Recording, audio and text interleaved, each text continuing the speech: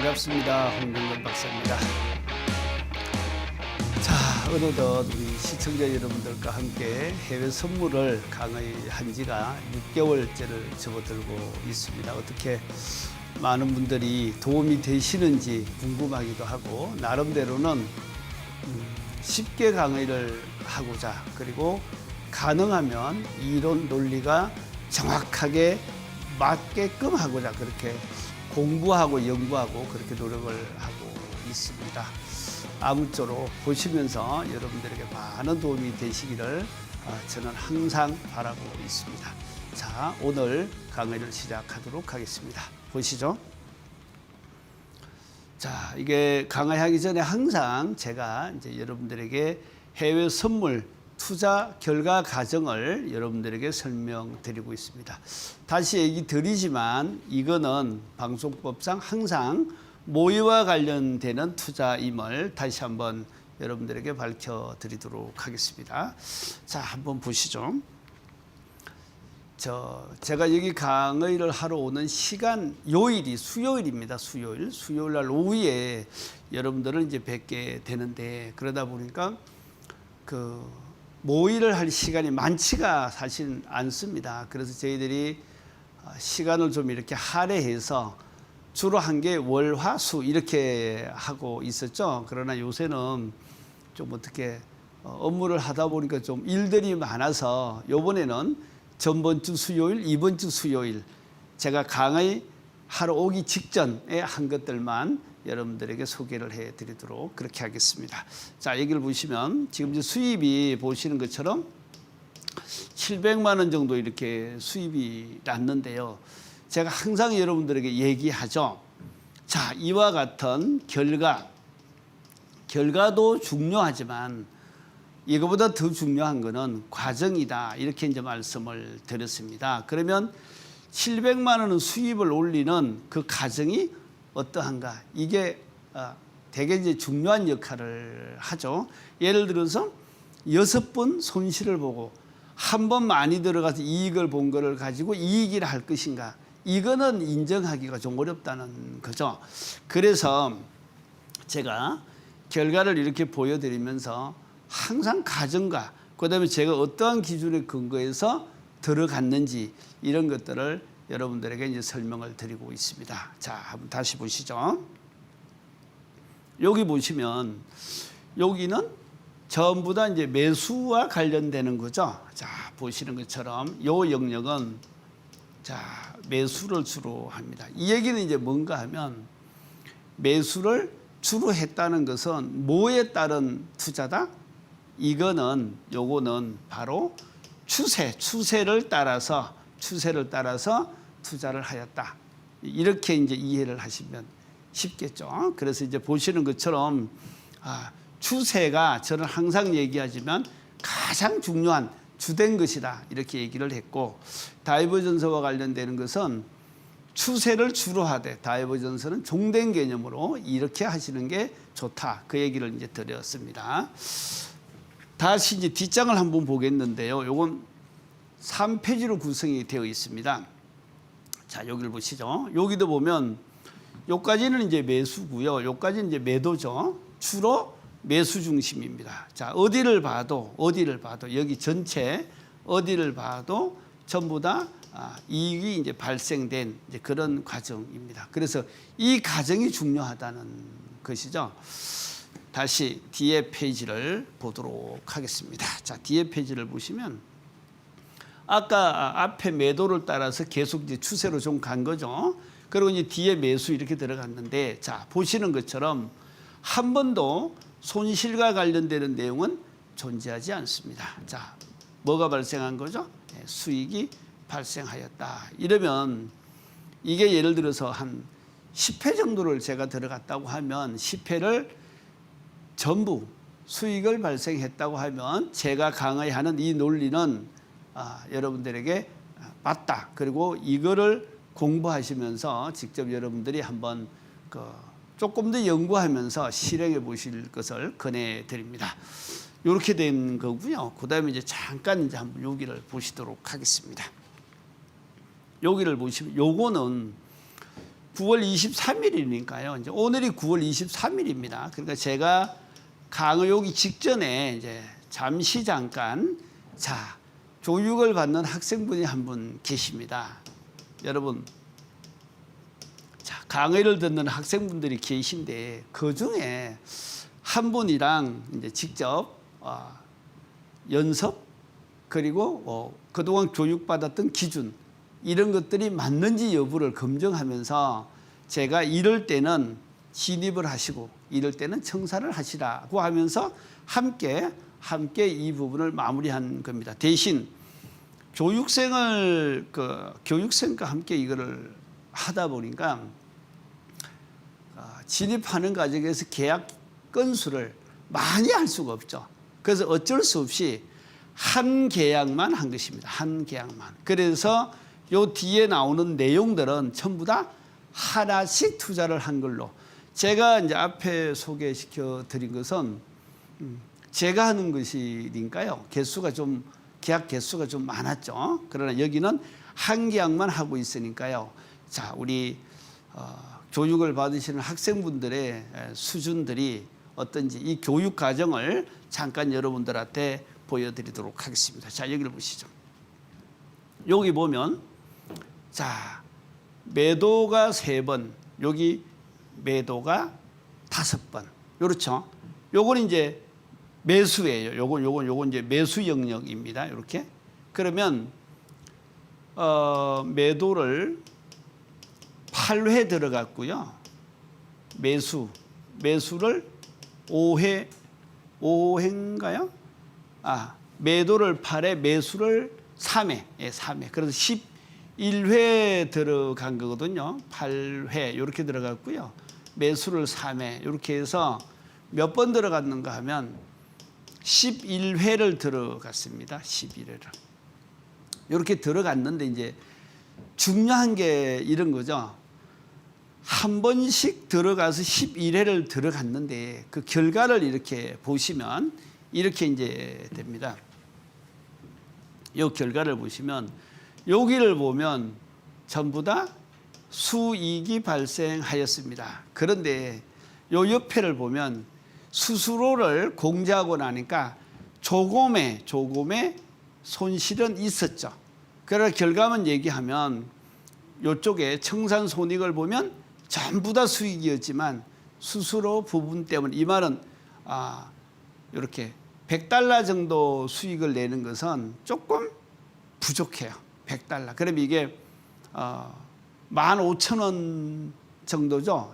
15,000원 정도. 이러면 한 계약하면 수수료가 18,000원 정도 되거든요. 그러다 보니까 이제 이렇게 마이너스가 살짝 나는 이런 경우죠. 그러나 전체적으로 성적을 보면 참 괜찮다. 그래서 이 교육을 받으시는 분들이 연령대가 되게 이제 다양하게 계신데 이분과 함께 오늘은 제가 직접 지도를 해서 어느 때 진입을 하고 이제 이게 중요한 게 그거죠. 진입과 그다음에 수익이 발생하면 청산하고 이런 기준을 함께 이제 오늘 오전에 했던 내용을 여러분들에게 소개를 시켜드리고 있습니다. 그러면 이제 여기는 결론적으로 얘기해서 하나씩 한 계약을 갖고 하면요. 요게 지금 하고 있는 게 이제 항생을 했으니까요. 항생은 정거금이 2천만 원 내외입니다. 보통 이렇게 되는데 2천만 원 정도를 가지고 보시는 것처럼 한 50만 원 정도의 수익을 올렸다면 이거는 괜찮지 않냐. 많은 시간을 한 건 아니죠. 다만 횟수가 10번이면 많이 들어간 걸로 저는 봅니다. 좋은 기회에 서너 번 정도 딱 들어가고 마무리하는 게 좋죠. 자, 여기서 여러분들 참고하셔서 용기를 갖고 좋은 결과 한번 만들어 보시죠. 자, 잠깐만 보시죠. 지금 저희들이 이제 이 수익을 내는 과정에서 이렇습니다. 이게 9월 16일 날 한 진행 내용이에요. 이거는 이런데 보면 여기서부터 시작해서 보통 항생이 10시 30분부터 시작을 합니다. 그런데 오후 00시까지가 이제 이게 하루예요. 근데 저희들이 들어간 거는 그까지 한 것은 아니고요. 여기 가 영역하고 여기 나 영역 정도만 들어갔습니다. 이 시간대가 4시 전이거든요.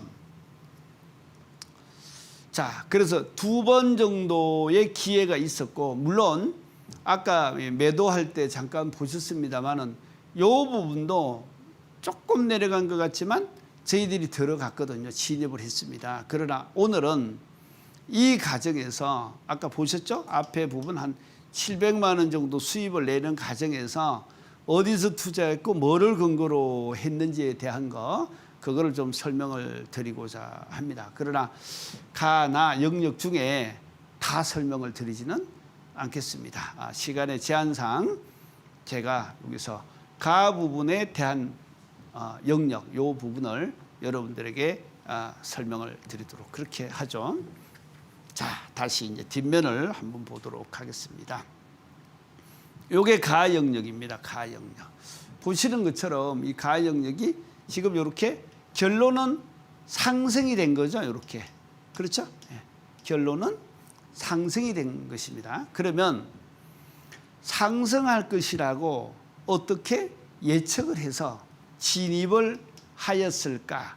이런 게 이제 궁금하신 거잖아요. 자, 여기서 요 자료를 가지고 그러면 가 영역에서 어떻게 상승했을까? 이걸 예측하였는지를 지금부터 한번 보시죠. 여기를 보시죠.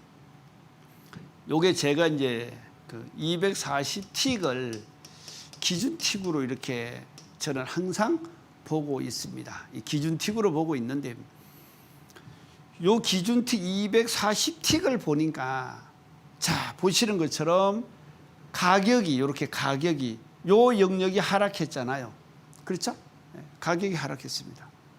그런데 여기서 가격은 하락하는데 기술적 지표가 상승으로 이렇게 나타나는 거죠. 요거를 가격은 하락하는데 기술적 지표가 상승하였다. 요거를 이제 다이버전서 이렇게 표현을 하는 거죠. 그럼 결론 몇 틱에서 240틱에서 다이버전서가 발생하였다. 이렇게 얘기할 수 있죠. 여기서 요 내용을 이렇게 보면 요게 줄이 한 줄은 아니죠. 그래서 다이버전서를 가장 잘 나타내는 기술적 지표들이 있어요. 이걸 뭐 보조 지표라고도 하는데 이 보조 지표들이 다이버전서와 관련되는 게 10개 내외 정도 이렇게 있습니다. 그 중에 뭐 여러분들이 좋아하는 것들이 있으면 그런 걸 이제 선택해서 저처럼 함께 이제 모아서 만들어서 다이버전서를 정확하게 이제 판단하고자 하는 것입니다. 이거를 보다 보면 대충 자 한번 보시죠. 여러 가지를 좀 이렇게 짐작해 하는데요. 여기만 다이버전서가 나타나는 건 아니잖아요. 사실은 요걸 이렇게 보다 보면 여기도 이렇게 올라갔는데 갑자기 이렇게 내려가잖아요. 그리고 결과는 요만큼 내려간 거잖아요. 그렇지 않나요? 네, 다시 이렇게 상승하잖아요. 근데 여기 내려가요, 안 내려가요? 그러더니 이렇게 내려가잖아요. 여기 좀 더 내려가거든요. 뒤편을 보면. 그래서 의외로 다이버전서가 되게 효과적으로 쓰일 때가 존재한다는 것입니다. 자, 어떻든 자, 이게 한 700 정도의 수익이 생겼을 때 그 중에 상승할 것이다라고 예측한 거는 일단 첫 번째가 240틱 다이버전서에서 그렇게 추측을 했던 것이고요. 또 하나를 보겠습니다. 요거는 그 제가 이제 중요시하는 기술적 지표 중에 하나가 이 스토캐스틱 슬로우라고 하는 것인데요. 항상 이렇거든요. 이렇게 내려와서 이렇게 상승을 했잖아요. 그죠? 이렇게 상승을 하면 요거를 저점이라고 한번 해보죠. 이렇게 저점. 이럴 때 저점이라는 것은 낮은 점이니까 앞으로 저점에서 상승한다 이렇게 얘기를 할 때 상승에 대한 예측을 다이버전서에서도 추론할 수 있지만 그거 말고 스토캐스틱 슬로우를 보면 여기 이렇게 보시면 이렇게 내려왔다가 이렇게 올라가잖아요. 요거 여기에 보면 요걸 이제 한번 살짝 이렇게 집어 볼게요. 파란 구름이 나타나죠. 요게 파란 구름이 나타납니다. 요거를 보통 어문 이렇게 이제 표현을 하는데요. 어문이 나타나면 요게 요 선 있죠. 요 선 요렇게 요 선 밑에 요렇게 이제 파란 것들이 나타나잖아요. 그럼 요거는 가매도를 의미합니다. 즉 이 전체의 20%를 가매도로 이제 구분을 해서 너무 많이 팔았어. 그 말은 이제는 사야 되는 시기가 온다는 걸 의미하는 거죠. 그래서 보통 이제 스토캐스틱 슬로우를 가지고 매도 매수를 할 때는요. 여기 이렇게 보면 자, 우리 쉽게 얘기하죠. 그냥 뭐 이렇게 까만 선이 있으면 이 까만 선을 빨간 선이 이렇게 통과를 하잖아요. 통과는 요점을 매수 시점이다. 이렇게 이제 보통 설명을 하거든요. 이게 이제 스토캐스틱 슬로우 응용하는 방법입니다. 그래서 스토캐스틱 슬로우에 이렇게 밑에 어문이 발생하게 되면 그리고 그때부터 다시 이렇게 기준선을 시그널선이 통과하고 올라가게 되면 이때부터 상승이다. 이렇게 이제 통상적으로 예측을 하는 것입니다. 그래서 아까 다이버전서 말고 스토캐스틱 슬로우의 한 또 예시를 통해서 상승을 추측할 수 있었던 것입니다. 다시 한번 읽어보시죠. 이게 이제 OBV거든요. 이 선이 OBV인데 요거는 항상 거래량과 관련되는 보조 지표입니다.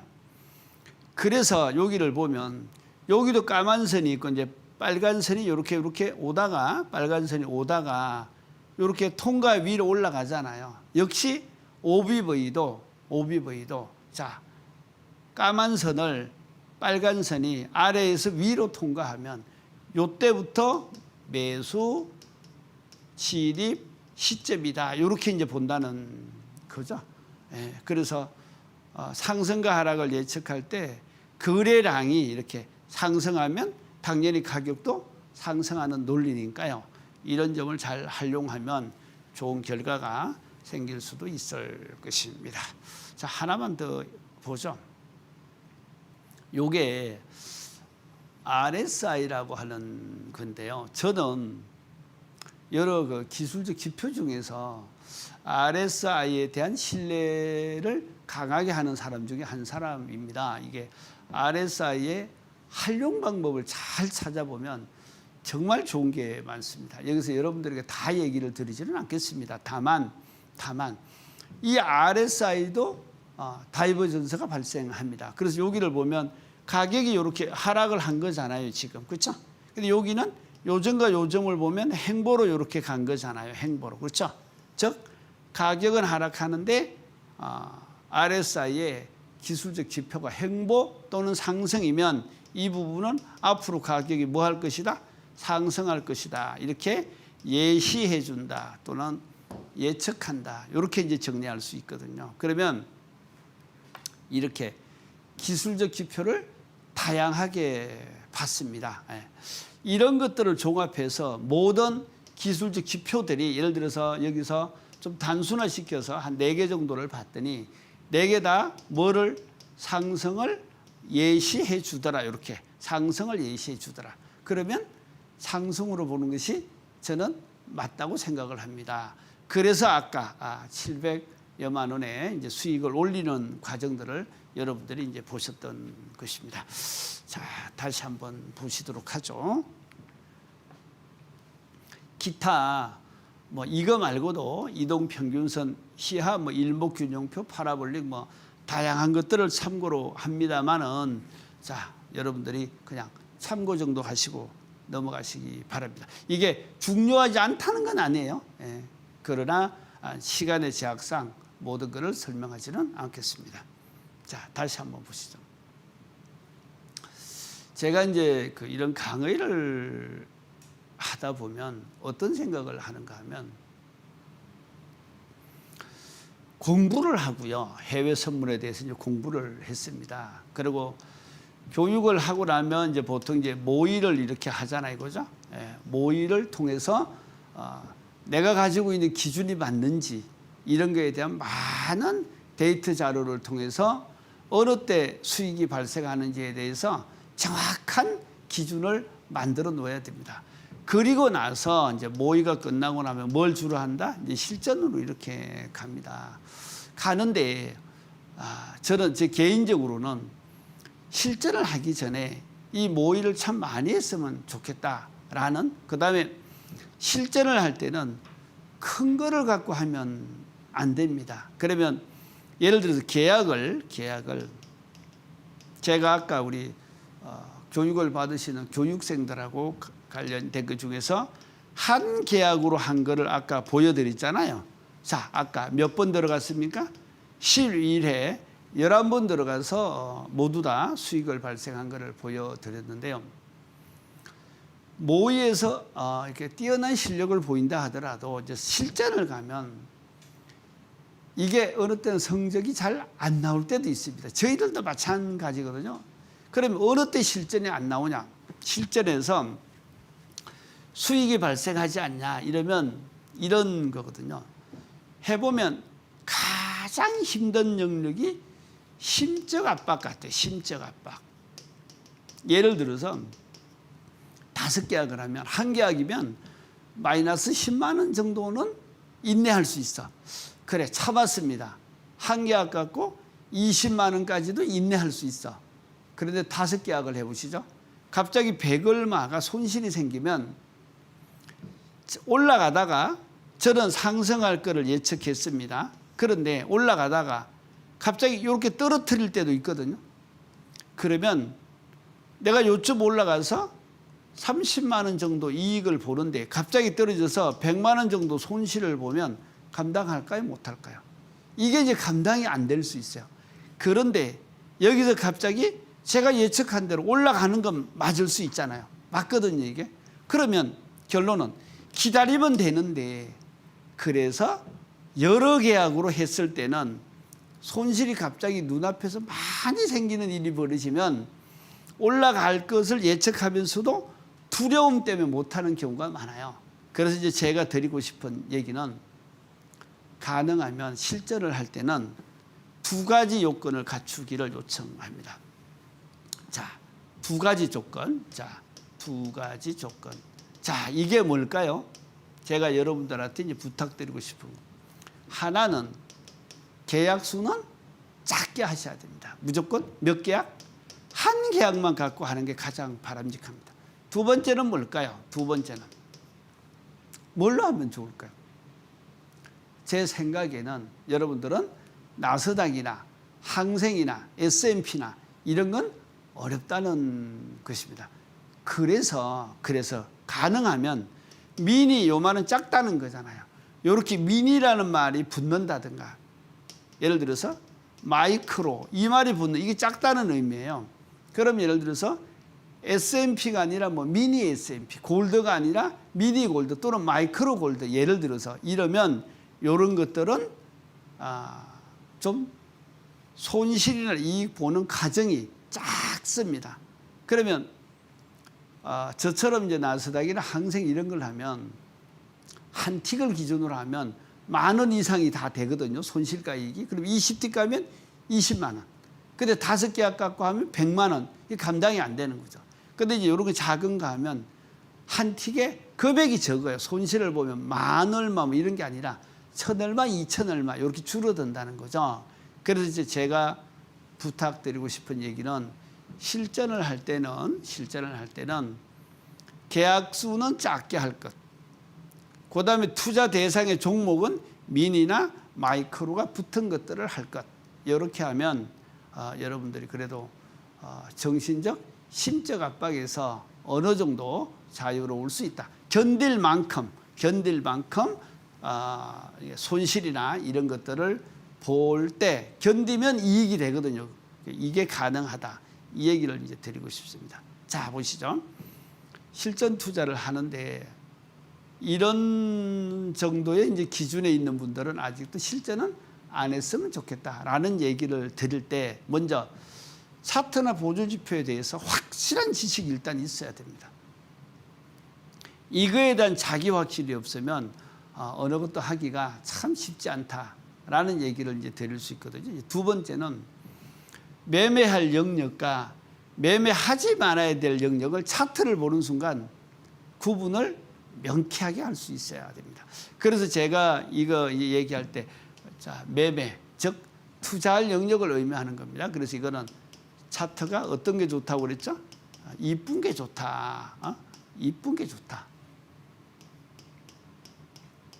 이렇게 이제 여러분들에게 설명을 많이 드렸는데 제가 오늘 아까 그 교육생이랑 11번 들어가는 과정에서 이제 어떤 일이 있었는가 하면 이런 게 있습니다. 이걸 하다 보면요. 그 상승을 해요. 상승을. 네. 자, 상승을 합니다.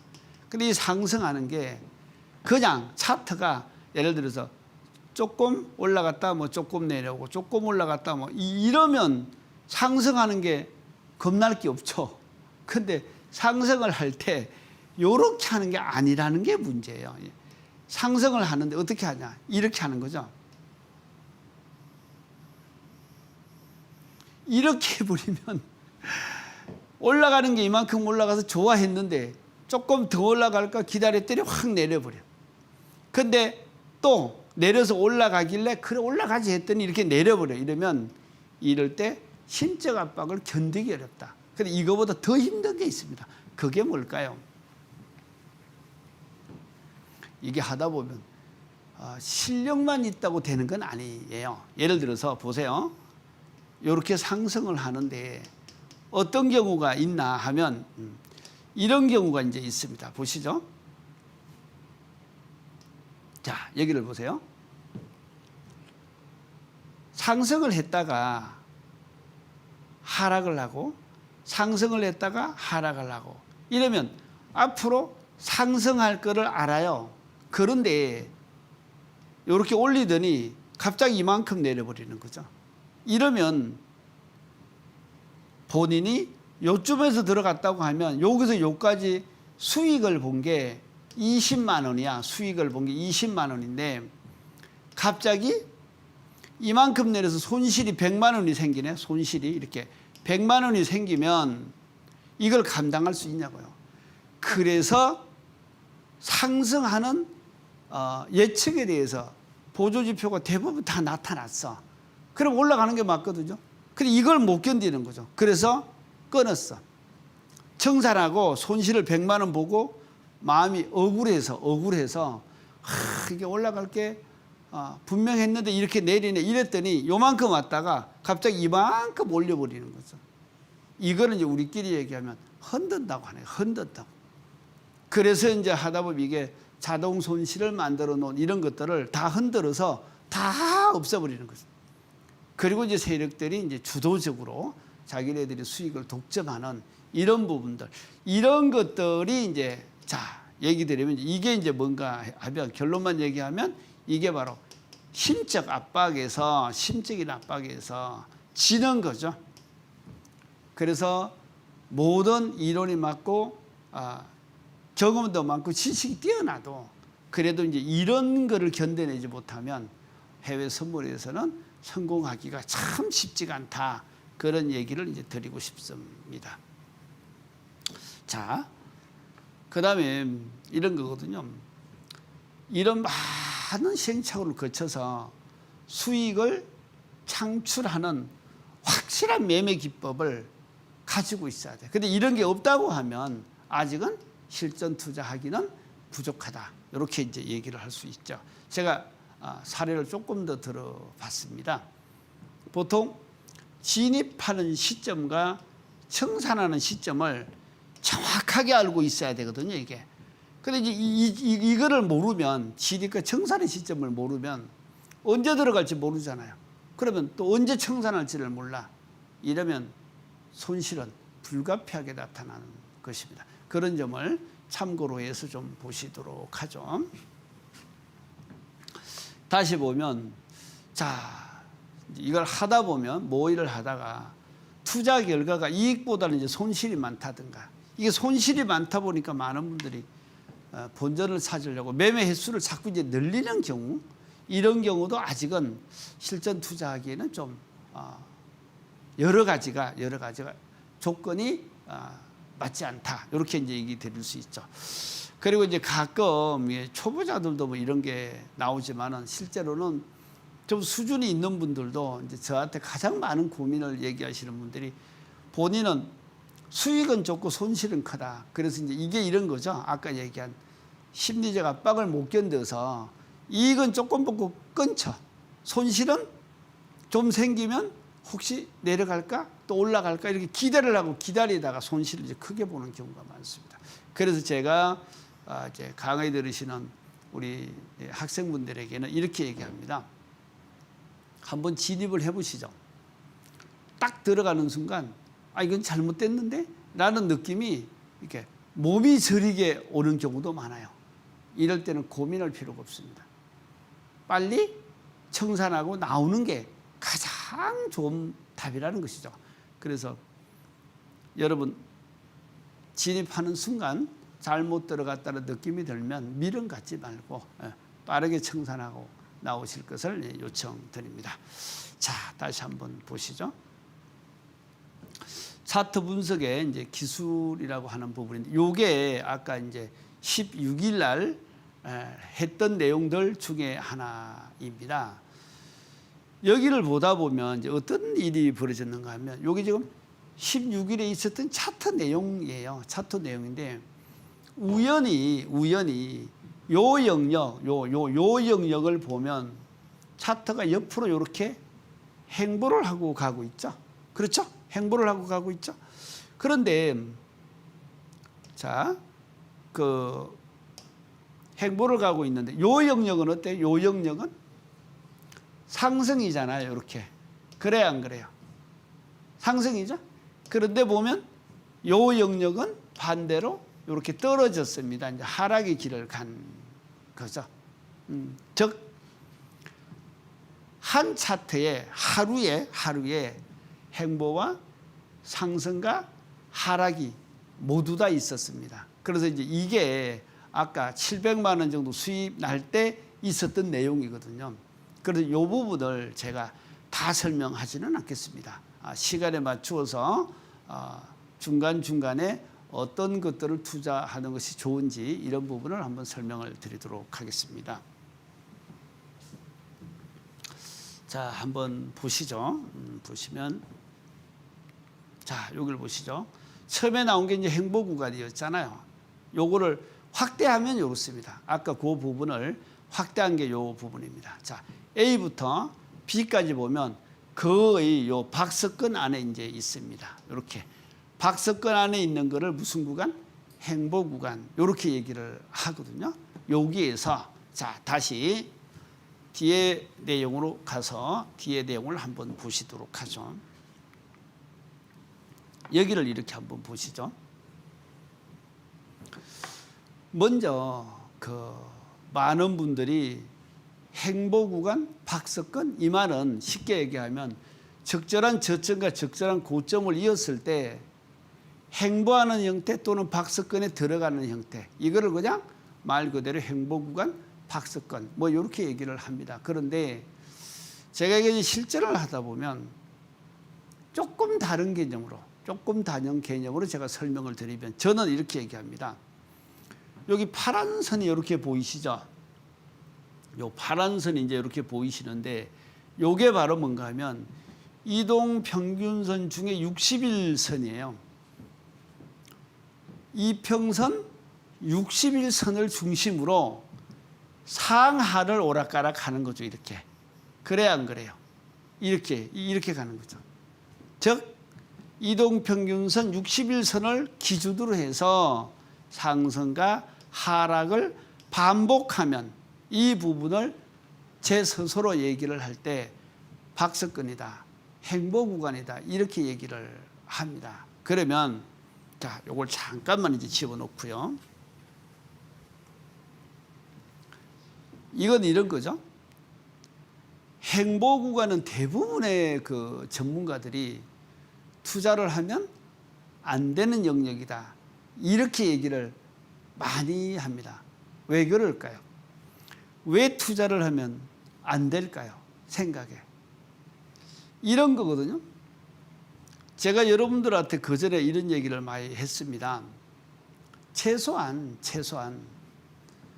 기준틱을 중심으로 해서 변동폭이 5cm는 돼야 들어가면 수익이 생길 가능성이 높은 영역이다. 이제 이런 얘기를 많이 하는데 여기를 보시면 반대로 요 길이가요. 요게 다 제가 갖고 있는 차트를 중심으로 얘기를 드리는 겁니다. 이거를 이제 화면을 확대해 놨으니까 길이가 이제 길 수 있는데 제가 가지고 있는 차트를 기준으로 240틱을 기준으로 정리하면 요 길이가 거의 2cm 정도 내외가 대부분이었거든요.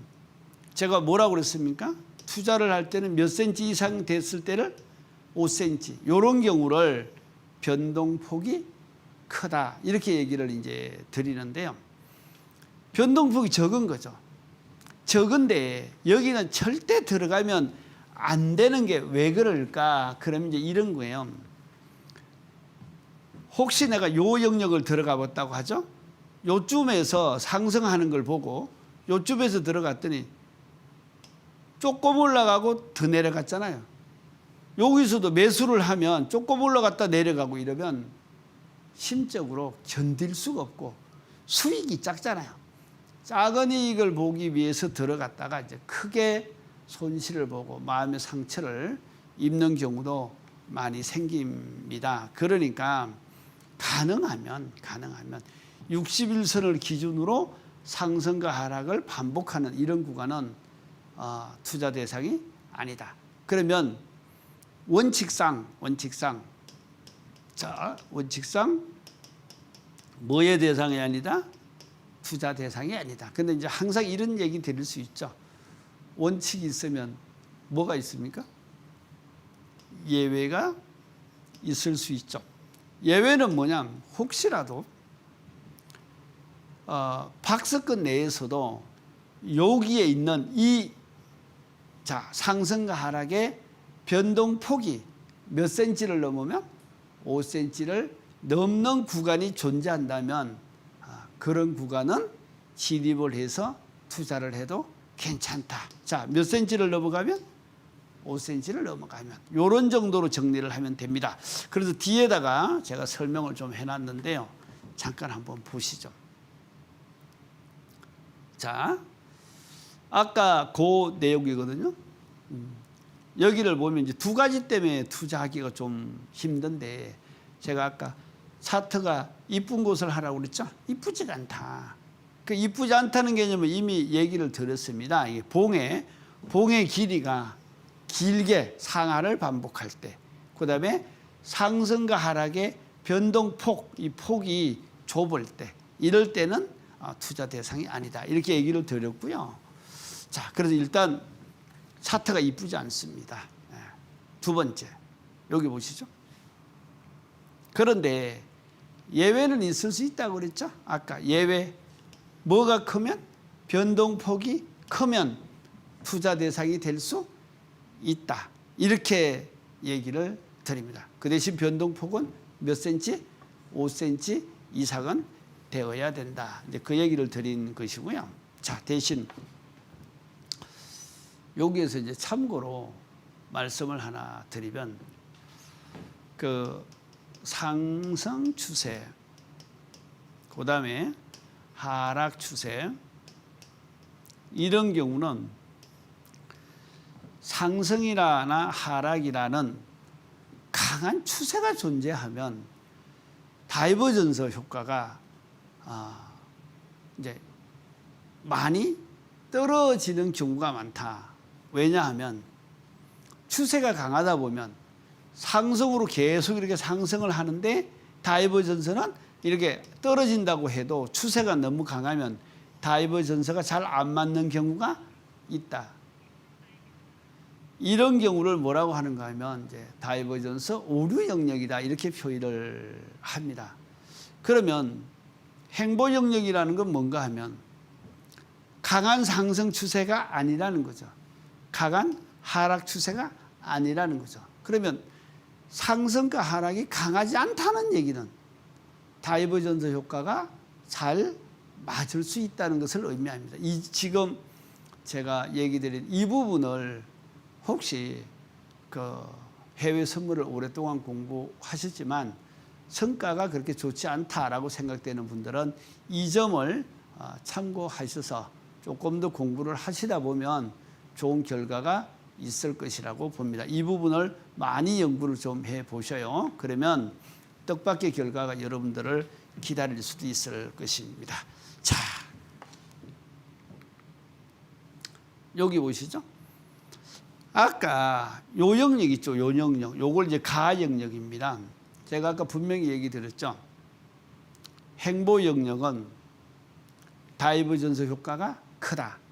원칙상 투자 대상은 아니지만 5cm 이상이 됐을 때는 투자 대상으로 삼아도 되는데, 자, 뭐의 효과가 다이버전스 효과가 가장 확실하게 생기는 곳이니까 이런 거는 예외적으로 한번 해보자. 그래서 가 영역만 제가 진입한 사례를 보여드리도록 하겠습니다. 이렇게 됐었다는 거죠. 분명히 가격은 이렇게 상승했어요. 그런데 다이버전스가 이렇게 얘기해 줬어요. 다이버전스가 앞으로 떨어질 거예요. 그랬더니 정확하게 요만큼 하락을 한 것입니다. 그래서 다이버전스는 행보 영역에서 잘 맞을 수 있다라고 하는 것을 참고하셔서 응용하시라 이렇게 이제 말씀을 드렸고요. 여기 보면 이제 작은 틱에서도 이렇게 상승인데 하락한다고 얘기를 했죠. 그러고 나서는 정확하게 요만큼 이제 하락을 합니다. 요만큼 다이버전스가 의외로 행보 영역은 작은 틱에서도 잘 맞고 있다 이렇게 얘기 드립니다.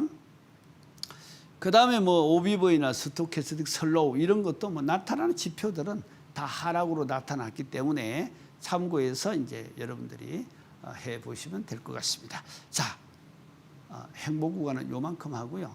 상승 구간에 대해서 설명을 드려보도록 하겠습니다. 여기 이렇게 보시면 자, 이렇게 상승을 쭉 했습니다. 전체적으로. 이게 이제 상승 구간인데 이 중에 이제 상승일 때는 투자 전략 자체가 자, 이렇게 상승했다 떨어지면 이 저점, 이게 낮은 점에서 매수하는 형태로 가시면 된다. 이렇게 얘기를 드렸고 이 부분에 대해서 이제 뒤쪽에서 잠깐 설명을 드려보도록 하겠습니다. 자, 보시는 것처럼 상승에서 투자 전략은 저점에서 사고 고점에서 팔면 되는 것입니다.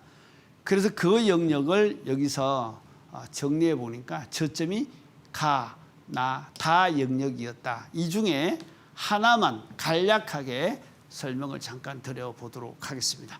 자, 가, 나, 다 중에서 요 영역만 제가 설명을 한번 드려보도록 하죠. 요게 보시는 것은 여기 나 영역이네요. 자, 보겠습니다. 여기를 이렇게 보시면 나 영역은 이제 요거 상승된 거를 예측하는 건데, 자, 보시는 것처럼 요 영역에서 가격은 하락했죠. 그런데 반대로 똑같이 그 밑에 보면 다이버전스는 상승한다고 예측하고 있습니다. 굉장히 작은 영역에서 나타난 다이버전스였지만 추세가 상승이었으니까 추세가. 그래서 120틱 정도의 다이버전스가 나타나면 이게 추세와 다이버전스가 방향이 일치하죠. 이걸 이제 동방향 다이버전스 이렇게 얘기하는데, 자, 그래서 상승된 폭이 생각보다 컸다. 그래서 여기는 짧은 다이버전스가 생겼지만 효과는 예상보다 컸다. 이렇게 얘기 드릴 수 있습니다. 다시 이렇게 보시죠. 뭐 보통 다이버전스가 생길 때요. 전번에 얘기한 이제 다이버전스와 관련되는 게 뭐 MACD도 얘기를 한번 했고요. 그다음에 이제 소나 모멘텀도 한번 이제 얘기를 드렸고 이랬는데, 이거 말고 보시는 것처럼 OBV까지도, 즉 거래량까지도 다이버전스가 나타나면 그 효과가 거의 맞습니다. 네, 그래서 그 효과가 거의 정확하니까요. 여기를 보니까 이렇게 가격 하락했는데 OBV 다이버 전서가 생겼죠. 상승이라고. 그러고 나니까 이만큼 그냥 이렇게 쭉 올라간 이런 케이스죠. 즉 다이버 전서가 이런 MACD나 소다 모멘텀 말고도 거래량과 관련되는 OBV까지도 다이버 전서가 나타났다면 이때는 그 효과를 100% 믿어도 됩니다. 만약에 나는 그동안 투자를 하면서 성과가 예상보다 잘 안 된다 이러면 너무 고민하지 마시고 MACD, 소다, OBV까지 세 개가 동시에 다이버 전서가 나타나는 지점을 기다렸다가 그런 점만 진입을 하면 되겠죠. 그런데 이렇게 되는 경우가 그렇게 많지는 않더라고요. 보통 위에 있는 이 기술적 지표는 다이버 전서가 많아요.